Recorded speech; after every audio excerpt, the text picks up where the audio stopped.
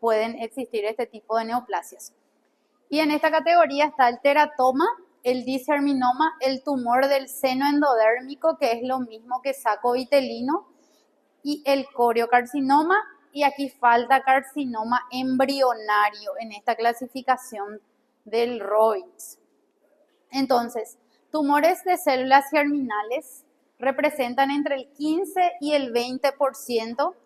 Si hablamos de los tipos, la mayoría son teratomas quísticos benignos, pero el resto, principalmente niñas y jóvenes, muchas de ellas tienen conducta de malignidad. Vamos a empezar hablando del teratoma. El teratoma se divide en tres grandes categorías en el ovario. Tumores maduros, que son los benignos, monodérmicos o muy especializados, y los inmaduros, que son los malignos. Los benignos, por ejemplo, la mayoría son quísticos y están constituidos por estructuras que nos recuerdan a la piel y son llamados quistes dermoides. Es decir, por ejemplo, tiene pelo, tiene glándula sebácea, glándula apócrina, écrina, epitelio plano estratificado con queratina. O sea, si imita todas las estructuras de la piel, se llama quiste dermoide. O sea, entra en la categoría de teratoma maduro, pero no está mal llamarlo quiste dermoide, porque ese nombre muchas veces usan los ginecólogos, usan los oncólogos, ¿verdad? Y se trata de un tumor benigno, ¿verdad? Es quiste dermoide. Son más frecuentes en la edad reproductiva. Los quistes dermoides derivan del ectodermo, por eso imita estructuras idénticas a la piel. Son bilaterales en 10 a 15% de casos. Son uniloculares generalmente los teratomas. ¿Qué significa eso? Que tiene una sola cavidad. Y tienen pelos, material sebáceo, su color es variable de gris a blanquecino rugoso. Y es común encontrar áreas de calcificación y estructuras dentarias. Es decir, aquí vemos una imagen de un quiste abierto por la mitad. Se ve que tiene tejido sebáceo, tejido piloso, ¿verdad? Hay veces que vamos a ver que tiene gingiva, que tiene dientes, ¿verdad? Como en este caso tiene como 2 dientes, tiene una gingiva, ¿verdad? Se ve pelo, se ve tejido adiposo. Aquí también vemos un diente. Ahora la pregunta, ¿estos dientes son funcionales? No, ¿verdad? No se puede usar para implantes, ¿verdad? O sea que prácticamente solo está imitando a la estructura de origen. Hay veces que se parece mismo a por ejemplo, parece todo un paladar, ¿verdad? Toda la arcada dentaria superior, ¿verdad? Tiene hueso, ¿verdad? Ahora, les pregunto, que tenga todas estas estructuras, ¿me permite ya decir que es benigno o maligno o no? Y en realidad la respuesta es no, ¿verdad? Porque esto es solamente mi impresión macroscópica, ¿verdad? Cuanto más se parezca al tejido de origen, ¿verdad? Es más probable que sea benigno, pero para eso existe lo que se llama el neuroepitelio, que es lo que nos ayuda para poder decir si es benigno o maligno. Entonces aquí, por ejemplo, tenemos una imagen muy parecida a nuestra lámina de laboratorio, donde se ve el epitelio plano estratificado con queratina, se ven las glándulas sebáceas, folículos pilosos y se ve el tejido adiposo, ¿verdad? Si así mismo fuera, esto se puede llamar de dos maneras, teratoma maduro benigno o quiste dermoide. Igual estaría bien, ya que imita solamente estructuras que derivan del ectodermo. Pero, por ejemplo, si vemos otras estructuras como cartílago, glándula tiroides, vemos algún tipo de epitelio, ya sea intestinal, respiratorio. En el caso de la lámina de nuestro laboratorio tenía glándulas pilóricas, tiene músculo liso, ¿verdad? Entonces, ahí teratoma maduro. O sea, es solamente teratoma madura, no se le puede llamar quiste dermoide si tiene otro componente, ¿verdad? Ahora, el monodérmico o especializado tenemos el estruma ovárico y el tumor carcinoide. Son unilaterales y el estruma ovárico está está constituido en gran parte por un tejido que imita a la glándula tiroides, ¿verdad? Puede ser hiperfuncionante y puede causar hipertiroidismo. Inclusive está descrita en la clase, ¿verdad?, de tiroiditis, ¿verdad?, que una de las causas de hipertiroidismo puede ser un estruma ovario, ¿verdad? Entonces, se le llama teratoma monodérmico especializado, más del 50% exclusivamente está constituido por tejido benigno, representa el 3% de los tumores del ovario y si hablamos de frecuencia aparece a los 50 años aproximadamente, quinta década. Puede tener macro y microfolículos, así como ustedes vieron en el laboratorio del adenoma, ¿verdad?, folicular, donde se veían macro y microfolículos.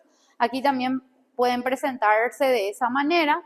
Pueden presentar varios patrones, es decir, puede que haya áreas sólidas, áreas trabeculares, áreas pseudotubulares, inclusive pueden llegar a tener cambios oxínticos, así como son las células de Hurtle.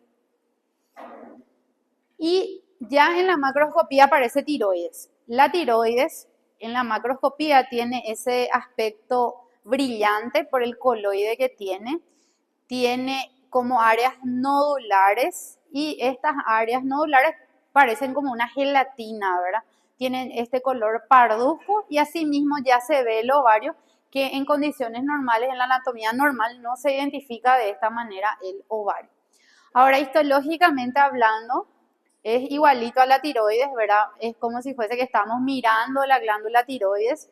Se ven folículos con coloides revestidos por células foliculares y parafoliculares, ¿verdad? Este es otro caso donde se pueden ver macrofolículos, folículos grandes, y microfolículos, folículos pequeñitos, ¿verdad? Entonces, esto sería denominado estruma ovario.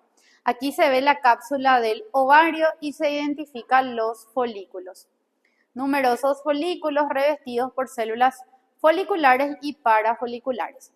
Ahora, el carcinoma ovárico que se origina del epitelio intestinal, que le llamábamos tumor carcinoide en tumores del intestino, también en el ovario se forma un tumor que se llama tumor carcinoide, que tiene las mismas características y esto está catalogado como tumores monodérmicos o especializados. Puede distinguirse del ovárico primario, un tumor del intestino, por ejemplo, ya que el intestino puede hacer metástasis al ovario, ¿verdad?, y ser bilateral, que esté de los dos lados. Sin embargo, si es un carcinoide primario del ovario, generalmente es de un solo lado. Como dijimos desde que iniciamos ovario, lo más probable es que si es bilateral sean los serosos. Los demás son muy raros que sean bilaterales. Está descrito en la literatura, sí, pero es raro. Generalmente son unilaterales la mayoría de los tumores. Y los primarios ováricos son infrecuentemente malignos. Generalmente tienen un comportamiento bueno, ¿verdad? No quiere decir. Como en cualquier otra ubicación, los carcinoides tienen ese color amarillento porque él secreta varios tipos de sustancias, serotonina, somatostatina, etcétera, ¿verdad? Y también, como en otras ubicaciones, él puede tener un patrón en trabéculas, como vemos aquí, puede tener un patrón en forma de islotes, ¿verdad?, o nidos. Y como en otras ubicaciones, las células son monótonas, tienen una cromatina en sal y pimienta, como le llamábamos, ¿verdad? Entonces, en el estroma ovárico se identifican estos nidos, ¿verdad? Ahora, los inmaduros o malignos son infrecuentes, o sea, no es muy frecuente que un teratoma en el ovario sea maligno, pero también ocurre, ¿verdad? Ahora, ellos se asemejan al epitelio o a los tejidos observados en el feto y en el embrión y se encuentra más comúnmente en mujeres jóvenes, prepúberes o mujeres que tienen una media de edad de 18 años aproximadamente. El tumor de células germinales maligno de tipo teratoma contiene cantidades variables de tejido maduro e inmaduro. Es decir, por eso les decía que en esa macroscopía donde se ve diente, se ve hueso, eso puede ser benigno o maligno. Solamente con la microscopía vamos a poder describirlo, porque el maligno también puede tener tejido maduro. Y por eso es que se vuelve a utilizar una gradación para los teratomas. Esto es más frecuente en menores de 20 años y se puede presentar ya en la macroscopía con necrosis, hemorragia, ¿verdad?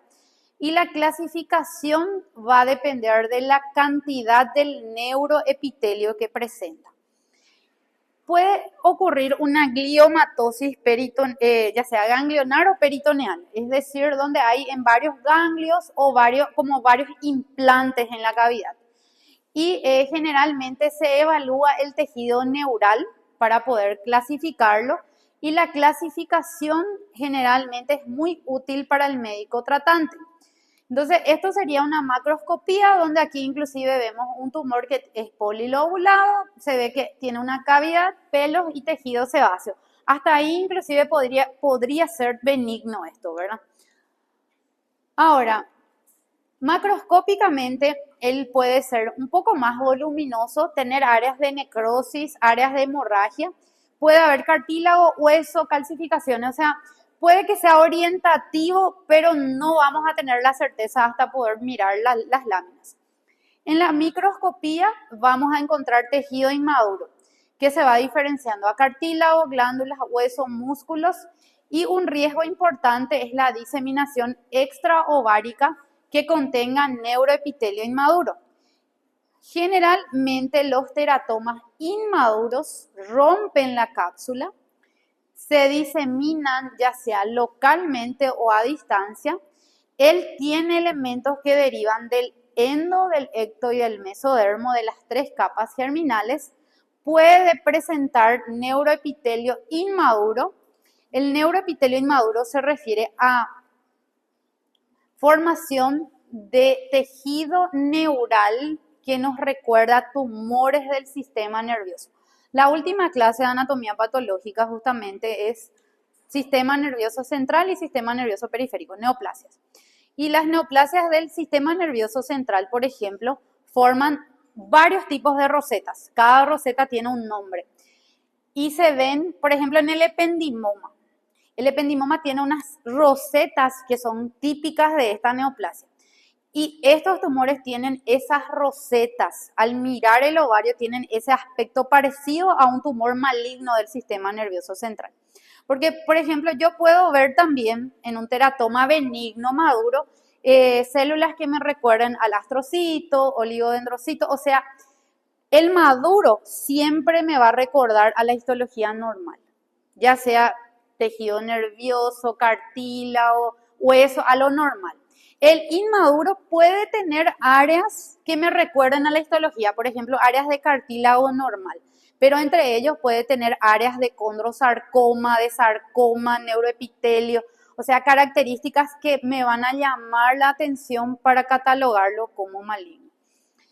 Entonces, también vamos a encontrar células con núcleos hipercromáticos, mitosis numerosas, sobre todo en los malignos de mayor grado, que ayuda a diferenciar de elementos inmaduros del tejido cerebral maduro. Lo que les decía, nosotros podemos ver en un teratoma, por ejemplo, tranquilamente astrocitos, oligodendrocitos, microglia, ¿verdad? Pero si se parece a la histología normal, eso es catalogado como benigno.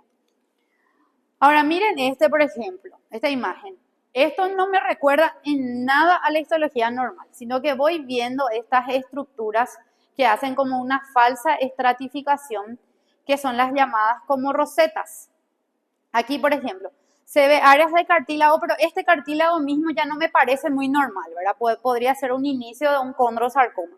Pero aquí, por ejemplo, miren estas células fusiformes. Este tiene un aspecto de sarcoma, ¿verdad? Entonces, generalmente no va a ser muy difícil de determinar entre un benigno y un maligno, ya que se hacen varios cortes en los tumores. Aquí, por ejemplo, ¿verdad? Se ve áreas o nidos sólidos, se ve áreas de cartílago. Aquí se ve un epitelio que tiene núcleo basal y mucina apical, parece como un endocervical, o sea, va haciendo varios epitelios y mezcla elementos maduros e inmaduros. Aquí, por ejemplo, nos dice, estas estructuras que tienen una luz son parecidos a las rosetas neuroectodérmicas. Este tipo de rosetas se ven en tumores como el ependimoma, por ejemplo. Así, estas estructuras donde vemos núcleos hipercromáticos que tienen una luz con una falsa estratificación y mitosis, nos dice, nos recuerda al tejido neuroectodérmico. Inclusive a tumores muy agresivos del sistema nervioso a veces se pueden parecer al neuroblastoma, al ependimoma, al tumor neuroectodérmico primitivo, que así se llama. Aquí, por ejemplo, nos dice, este es un teratoma inmaduro y esta muestra es un implante del peritoneo. El peritoneo no tiene por qué tener estas células atípicas hipercromáticas formando estructuras en forma de túbulos. Y ahí es donde entra la gradación de los teratomas. Nos dice que un inmaduro, o sea, para llamarlo maligno, pero grado 1, vamos a tener aún muchos tejidos maduros. Es decir, podemos tener cartílago, cualquier tipo de epitelio que me recuerde a un tejido histológico, ¿verdad? Pero él ya va a tener presencia de mitosis, ya va a tener áreas inmaduras, de un cartílago inmaduro, un primorio puede tener dientes, ¿verdad? Un grado 2 tiene menos tejido maduro, es decir, ya va a tener menos porcentaje de tejido maduro, ya va a tener focos escasos, pero ya va a presentar neuroepitelio y las mitosis no exceden 3 campos. Ahora, el grado 3 ya tiene poco o ningún tejido maduro. Puede tener un cartílago, por ejemplo, un músculo liso, pero la mayor parte ya va a ser neuroepitelio y células atípicas y ya va a tener un alto conteo mitótico. Entonces, eso sería en cuanto al teratoma. En el sexo femenino puede ser benigno, puede ser maligno y puede ser monodérmico o especializado. Y están aquellas neoplasias nuevamente que secretan sustancias que no están aquí, ¿verdad? Que son funcionales. El disgerminoma, como ustedes estuvieron viendo en el laboratorio, esta lámina, ¿verdad? El disgerminoma sería la contraparte en el sexo femenino del seminoma. En el varón se llama seminoma, en la mujer se llama disgerminoma. Que termine en oma no significa que sea benigno, esta era una de las excepciones a la regla. Entonces, es el homólogo del seminoma testicular. De modo similar, el seminoma está constituido por grandes células que tienen un citoplasma claro. Generalmente el citoplasma es vacuolado y depende de la cantidad de glucógeno que presenta, se ve un citoplasma claro, una morfología que varía de cúbica a poliédrica y ellos estaban en forma de nidos separados por tabiques de tejido conectivo. El disgerminoma no es tan frecuente en el ovario. Se habla del 2% de las neoplasias de ovario, o sea, es bajo el porcentaje. Sin embargo, cuando vemos la clase de tumores testiculares, el seminoma es el tumor más frecuente en el testículo. Tanto es que si ustedes el día de mañana tienen un paciente que consulta por un agrandamiento del testículo, por un dolor, por una probable masa testicular, lo primero que deben de pensar es que sea un seminoma si se trata de un paciente joven entre 20 y 30 años. Sin embargo, el disgerminoma no es muy frecuente, 2% es muy bajo el porcentaje de probabilidad que ocurra. 75% aparece entre los 20 y los 30 años, o sea, es la edad más frecuente de aparición. Unilateral en 80 a 90%, o sea, que esté de un solo lado. Y el tamaño puede que sean nódulos grandes, ¿verdad? Grandes masas que puedan ocupar todo el abdomen, inclusive hasta nódulos bien pequeñitos, apenas visibles en un estudio ecográfico. Al corte tiene un color amarillento, blanco a grisáceo, blando y carnoso. Entonces, este es el aspecto del disgerminoma, una masa de aspecto carnosa. Se le llama seminoma del ovario también, ¿verdad? Pues ya que son muy parecidos. Es infrecuente, aparece entre la infancia, segunda y tercera década, ¿verdad? 20, 30 años. Es unilateral y todos son malignos. Microscópicamente, él está constituido por sábanas o cordones, nidos de células, como dijimos, que están separados por un estroma, por tabiques de tejido conectivo que tienen linfocitos. Todos son malignos, pero el grado de atipia es variable. Y un tumor que no rompió la cápsula, que está limitado al ovario, su pronóstico es excelente. Puede ocurrir en forma pura, ¿verdad? O puede ocurrir en el contexto de un tumor germinal mixto. Lo mismo el teratoma. El teratoma puede ser puro o puede estar formando parte de un tumor mixto. Clínicamente, como dice aquí, puede que haya dolor o distensión abdominal como primera sintomatología. El compromiso bilateral, o sea, que sea bilateral es muy raro, ya que dijimos entre el 80% aproximadamente es unilateral, 80 a 90%. Aquí es 10 a 15% puede llegar a ser bilateral. Y la afectación del ovario contralateral puede ser microscópica, es decir, que en la macroscopía no se vea, pero en la microscopía sea notorio. Una de las neoplasias más comunes en el embarazo, muchas pacientes durante el embarazo, en un estudio, ¿verdad?, donde se le hace una ecografía, ¿verdad?, ya sea de control prenatal, se detecta esta neoplasia. Se piensa, o sea, hay hipótesis que dicen que quizás las hormonas femeninas durante la gestación estimulen para que este tumor vaya creciendo. ¿Cómo entonces vamos a observar? Vamos a ver nidos separados por tabique. Esta imagen no es tan linda, creo que hay otra, esta imagen. Entonces vamos a ver nidos de células con morfología de cúbica a poliédrica separada por tabiques de tejido conectivo que contienen linfocitos T. Este aspecto acuoso o citoplasma claro se piensa que es por el acúmulo de glucógeno. Hay veces que puede tener un citoplasma más rosadito, más eosinófilo. Lo cierto es que él está separado por los tabiques. El pronóstico son radiosensibles, significa que ellos responden a la radioterapia, incluso cuando ya se rompió, o sea, que rompió la cápsula, puede llegar a controlarse con la radioterapia, por lo cual la supervivencia es buena, supera el 80%. Tumor del seno endodérmico o saco vitelino, que significa lo mismo, es infrecuente, pero es el segundo en frecuencia, sobre todo si hablamos de niñas. En las niñas, lo más probable es, si hay un tumor de ovarios, que sea un teratoma. Y luego pensar en un tumor del saco vitelino. Se cree que deriva de células germinales malignas que se diferencian a estructuras extraembrionarias como el saco vitelino. Él eleva la alfa-fetoproteína y la alfa-1 antitripsina. Y si hablamos así de las categorías de los germinales, es el tercer tumor después del teratoma y del disgerminoma en pacientes más adultas, ¿verdad? Más común en la niñez y en la adolescencia, es raro después de los 40, pero ya se han descrito casos, ¿verdad? Son masas grandes, de superficie lisa, el 25% ya se rompe cuando se detecta. Tienen un color amarillento, un aspecto variable, es friable al tocar, al palpar, y cuando forma parte de un tumor mixto puede estar mezclado con un teratoma, con un digerminoma, y es fácilmente reconocible.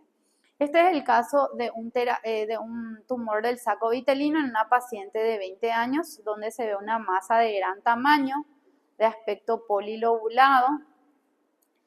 Su rasgo histológico característico es una estructura que le llaman de aspecto glomerular, que es el cuerpo de Schiller-Duval que han visto en el laboratorio ustedes. También puede haber gotitas hialinas intra y extracelulares, y la mayoría son niñas y mujeres jóvenes. Entonces, mujeres jóvenes y niñas son las más afectadas por esta neoplasia. Es unilateral, tiene un rápido crecimiento, es agresivo.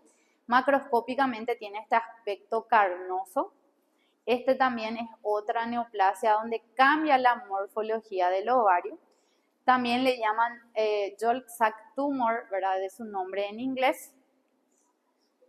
Este sería el vaso sanguíneo central, rodeada por las células primitivas.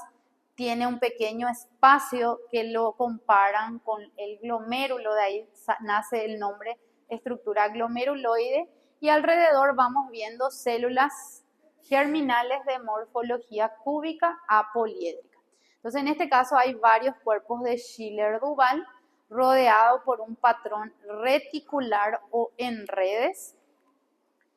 La manifestación es dolor abdominal, muchas veces es una masa que crece rápidamente. La quimioterapia ha mejorado el pronóstico. Esta neoplasia de tipo de célula germinal sacovitelino, generalmente el cuerpo de Schiller-Duval nos ayuda al diagnóstico si está presente, pero no siempre está presente. Hay veces que solamente se ve el patrón reticular o se ve un patrón papilar, un patrón sólido y muchas veces se requiere de tinciones especiales para hacer el diagnóstico definitivo si no está presente en los cuerpos de Schiller-Duval, ya que se han hecho casos estadísticos donde el 50% de las pacientes pueden tener y el otro 50% no tienen los cuerpos de Schiller-Duval. Coriocarcinoma. El coriocarcinoma es la forma más común de tumor en la placenta, pero también puede ocurrir como tumor primario en el ovario y en el testículo.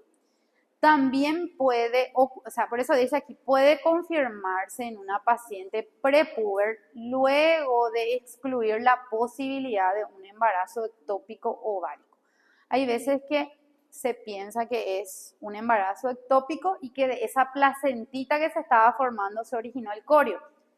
Por eso es que dice que hay que excluir la posibilidad de un embarazo ectópico antes de pensar en un coriocarcinoma.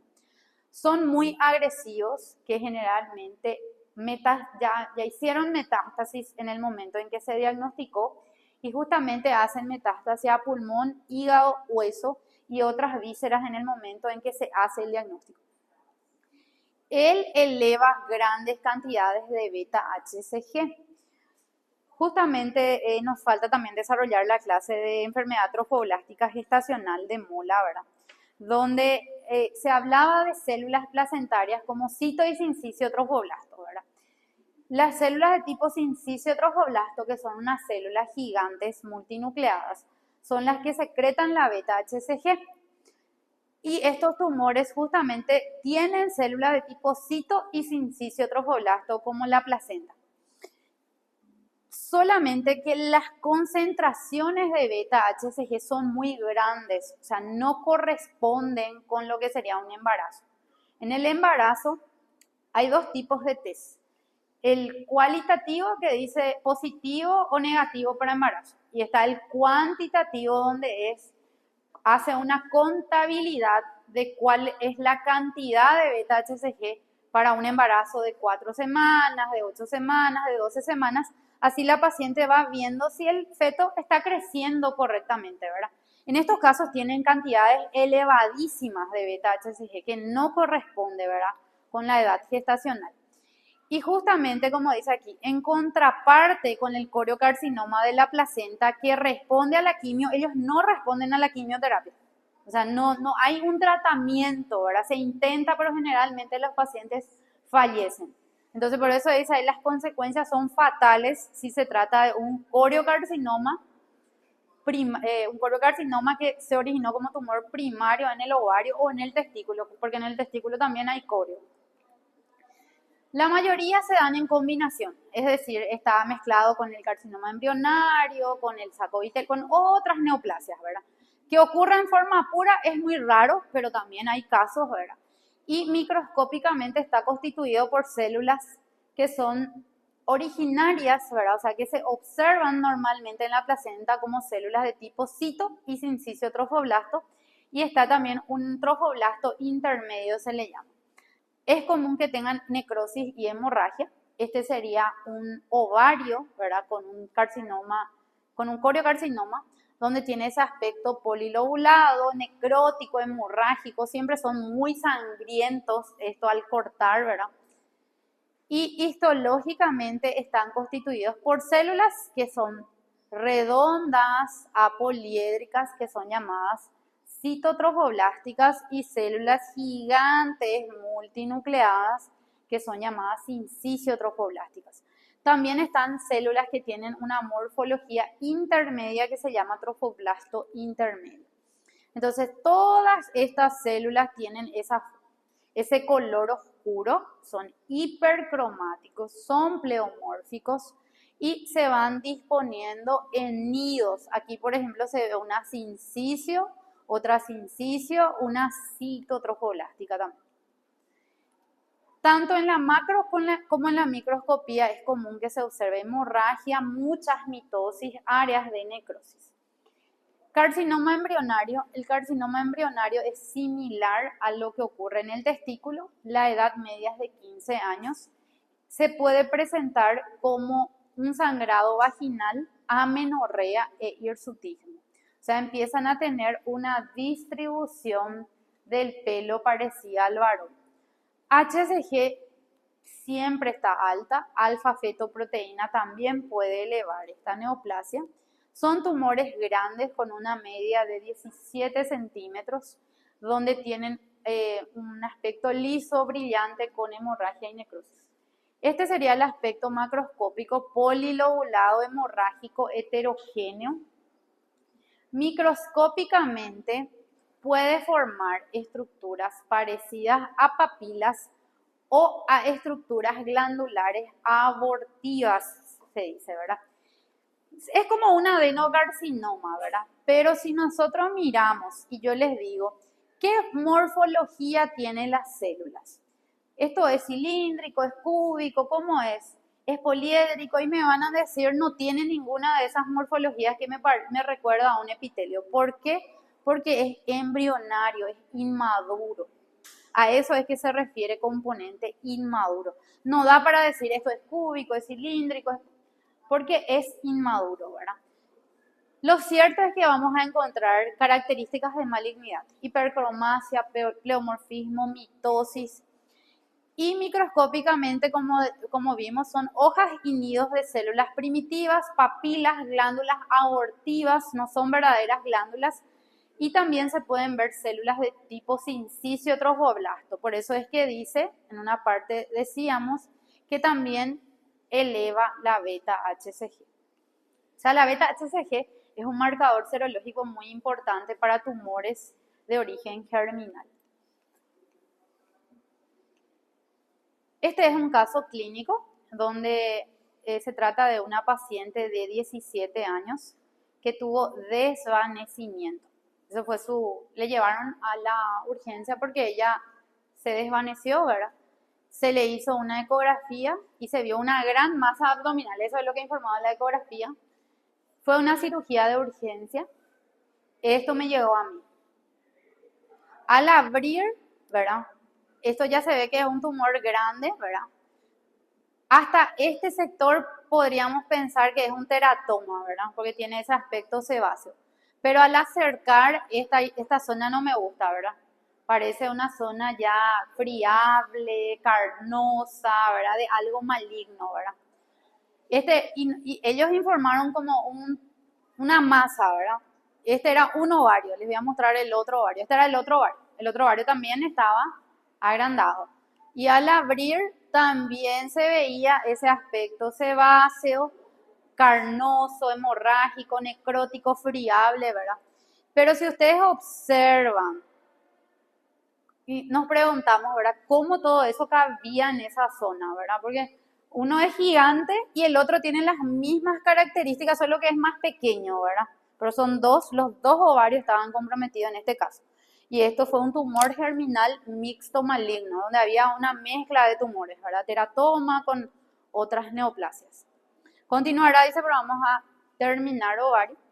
Tumores de cordones sexuales estroma. En esta categoría están los tumores de ovario con una frecuencia mínima de 5 al 10%, 2 a 3% de los malignos. Puede ocurrir a cualquier edad y aquí está el fibroma, los tumores de la granulosa teca y el tumor de células de Sertoli y Leydig. Tenemos entonces tumores de cordones sexuales estroma, de la granulosa teca, fibromas y tecomas y tumores de células de Sertoli y Leydig que son llamados de androblastomas. Entonces, estas neoplasias del estroma ovárico, que a su vez derivan de los cordones sexuales, pueden tener una mezcla de células de la granulosa, de la teca, de células de Sertoli y de Leydig. También fibroblastos son hormonalmente activos, es decir, muchas veces son feminizantes, como los tumores de la granulosa teca, o masculinizantes como los tumores de células de Sertoli y Leydig. Entonces nos preguntamos, ¿cómo puede haber células de Sertoli y Leydig si estamos hablando de ovario, ¿verdad? Esa es una pregunta, ¿verdad? Y ahí es que tenemos que recordarnos de la embriología, que estaba el conducto mesonéfrico y el paramesonéfrico. Uno daba origen a todo lo que es tracto genital femenino y otro a todo lo que es tracto genital masculino. Entonces, las hipótesis más certeras son que sobraron, por ejemplo, el paciente es varón, pero quedaron restos de esa formación, ¿verdad? Femenina que permite desarrollar estas neoplasias. O lo mismo en las mujeres, como estamos viendo ovarios, quedaron restos y esto es lo que da origen a estas neoplasias, ¿verdad? Entonces, vamos a empezar hablando de la granulosa teca. Estos nombres le van a ser muy familiares por la histología, ¿verdad? ¿Por qué? Porque en histología hablábamos de la granulosa, de la teca interna, de la teca externa, ¿verdad? Entonces, aquí tenemos el ovario constituido por una neoplasia maligna, porque ellos son malignos, ¿verdad? Donde las células son de la granulosa y de la teca. Si hablamos de frecuencia, 2 a 5% de los tumores, o sea, no es muy frecuente. Puede ocurrir a cualquier edad, donde 5% antes de la pubertad ocurren y se le llama tumor de la granulosa juvenil. Y está el 60%, que es el más frecuente, que es el tumor de la granulosa del adulto. La causa no se sabe muy bien. La etiología es incierta, ¿verdad? Lo cierto es que generalmente en estas neoplasias, que son las más frecuentes, la del adulto, se vio que la mayoría, el 95% pertenecía a esta categoría y 5% al juvenil. Y que hay un amplio rango de edad en las mujeres. Algunas tenían 50, otras llegaban hasta 55 años, incluso más. ¿Cómo se manifestaba? Como una masa, ¿verdad? Una masa de que creció, ¿verdad?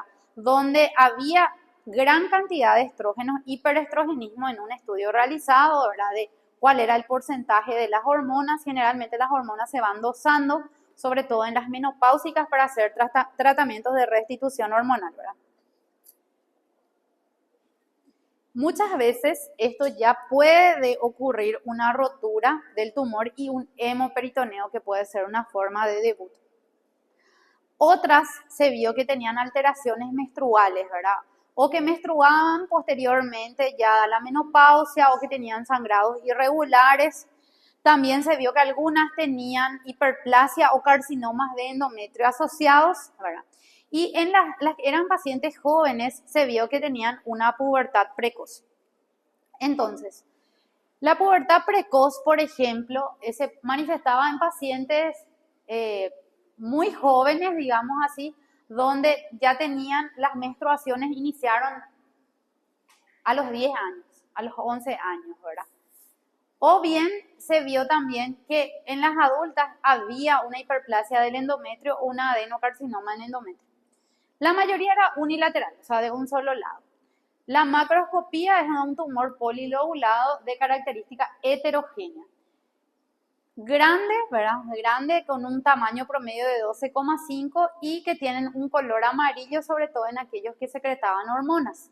En este caso vemos un gran tumor, ¿verdad? En este otro caso vemos que tiene un color amarillento y las células son muy parecidas a las células de la granulosa y de la teca, donde se ven células pequeñas con morfología que variaba de cúbica a poligonal, que pueden estar en forma de cordones, sábanas o hileras. Y también en algunos casos se vio el cuerpo de Karl-Exner, que también se veía como estructura normal en el ovario. Si esto está presente, nos ayuda al diagnóstico. Ahora, si no está presente el cuerpo de Karl-Exner, ¿cómo hacemos el diagnóstico de tumor de la granulosa del adulto? Y se ve estos nidos tienen como una aceptación, como una división, que es lo que le llama imagen en granos de café. Esta imagen que nos recuerda al grano de café que se veía en alguna micosis que también estudiamos alguna vez, es típico del tumor de la granulosa de la paciente adulta, que es la forma más frecuente de presentación. Entonces, a veces se ve las dos cosas, el cuerpo de Karl Exner mezclado con las imágenes en granos de café. El cuerpo de Karl Exner tiene una estructura eosinofílica central y está rodeado por estas células de morfología cúbica apoliédrica que tienen esa división, esa aceptación que nos recuerda al grano de café. Ahora, el juvenil de por sí solo no es frecuente, ¿verdad? 5% de los tumores de ovario. Generalmente unilateral, miden hasta 12 centímetros, puede tener un aspecto multilocular, quístico, sólido, hemorragia y necrosis. Este, por ejemplo, es un caso, ¿verdad? Donde dijimos que esto puede llevar a una feminización precoz. Y nos dice aquí, este fue un tumor sólido y la niña tenía 3 años, 3 añitos. ¿Por qué le llevó a la consulta? Porque tenía agrandamiento de los senos, ¿verdad?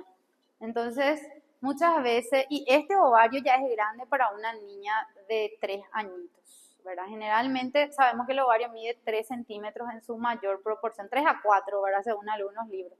Pero este ya es muy grande para una niñita de 3 años, más agrandamiento de las mamas, ¿verdad? Entonces, el del tipo juvenil también puede hacer ese aspecto en nidos, en cordones, ¿verdad? Pero él tiene una característica que carece de los núcleos en granos de café. Entonces es un poco más difícil llegar al diagnóstico mismo porque no es una neoplasia muy frecuente. Entonces, él puede hacer patrones macro y microfoliculares microquísticos, núcleos hipercromáticos redondos a ovalados y no tienen ranuras, esto se refiere a la imagen de granos en café, y tienen un alto conteo mitótico con una media de 7. Puede tener también células que le comparan con el clavo, clavo es prego, sería en portugués, ¿verdad? Entonces así se manifiesta, ¿verdad? Células de tipo germinal con morfología de cúbica apoliédrica y que tienen presencia de macro o microfolículos con este contenido, con este material pálido, ¿verdad? Estas son las células que le llaman enclavo o prego porque tiene como una cabecita grande y un cuerpo finito. Tecomas y fibromas. Tecomas y fibromas depende de qué célula tiene para llevar ese nombre. Los fibromas contienen fibroblastos y las células son fusiformes, hinchadas, se refiere a que son edematosas, con gotitas de lípidos que son características del tecoma. 4% de los tumores de ovario están constituidos por fibroblastos en su gran mayoría y son hormonalmente inactivos, o sea, no secretan hormonas. Alto porcentaje se encuentran asociados con otras neoplasias y también es unilateral en un 90% de casos. Él puede tener un aspecto sólido, encapsulado, cubierto por una serosa brillante, puede estar constituido por fibroblastos, puede tener también mezcladas áreas de células de la teca y hay veces que hay hallazgos inespecíficos como debut, como dolor, una masa pélvica que puede tener ascitis en 40% de casos. Sobre todo esto se vio que era más común en tumores que medían más de 6 centímetros.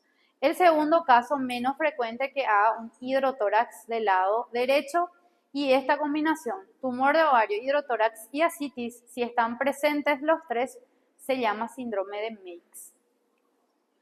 Entonces, esto se ve como una masa bien delimitada, es duro al tocar, al palpar. En este caso, esto se trata de un fibroma. El estroma es fibroso, constituido por fibroblastos que hacen un patrón en remolino o arremolinado. Pueden verse como edematosos, como hinchados. Y este sería el tecoma, donde macroscópicamente parece grasa, parece tejido adiposo, es amarillento. Microscópicamente son células edematosas de un citoplasma pálido. Luego tenemos los tumores de células de Sertoli y Leydig que son llamados androblastomas. Estos son similares a las células del testículo. Son unilaterales y producen masculinización como sintomatología. Hirsutismo. Por esta sintomatología tan variable, ¿verdad? Y tan, o sea, que llama tanto la atención, muchas veces permite sospechar de esta neoplasia. Puede ocurrir a cualquier edad, pero es más común entre los 20 y los 30 años. Tienden a secretar estrógenos, progesterona y son tumores con grados variables de diferenciación.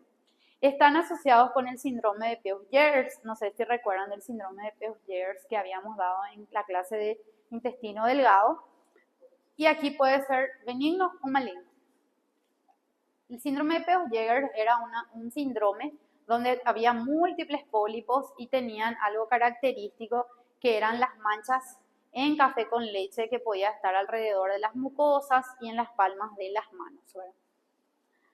Histológicamente son túbulos sólidos o huecos revestidos por células cúbicas acolumnares bien diferenciadas. Pueden haber núcleos extraños, mitosis mínima y atipia mínima. El maligno ya tiene una atipia moderada a grave a severa y tiene mayor de 5 mitosis en 10 campos. Macroscópicamente puede ser sólido y el color es variable de gris a pardo. Microscópicamente tienen túbulos constituidos por células de Sertoli y Leydig que están mezclados en el estroma. En este caso, por ejemplo, vemos un tumor de células de Sertoli. Si ustedes recuerdan, las células de Sertoli eran las llamadas en histología las células sustentaculares o de sostén que estaban dentro de los túbulos seminíferos alrededor de todo lo que era espermatogonia, espermatocito primario, espermátide, espermatozoide. Esas eran las células de Sertoli. Y generalmente son células grandes, ¿verdad? Elongadas, que en este caso estaban formando una estructura parecida a túbulos. Aquí vemos, pero este es un tumor de células de Sertoli y Leydig. Puede tener las dos cosas, ¿verdad? Sertoli formando túbulos y Leydig en el intersticio. Si ustedes se acuerdan de Leydig, eran llamadas las células intersticiales o de sostén. Entonces, él puede ser de Sertoli puro, de Leydig puro, o los dos puede estar mezclados.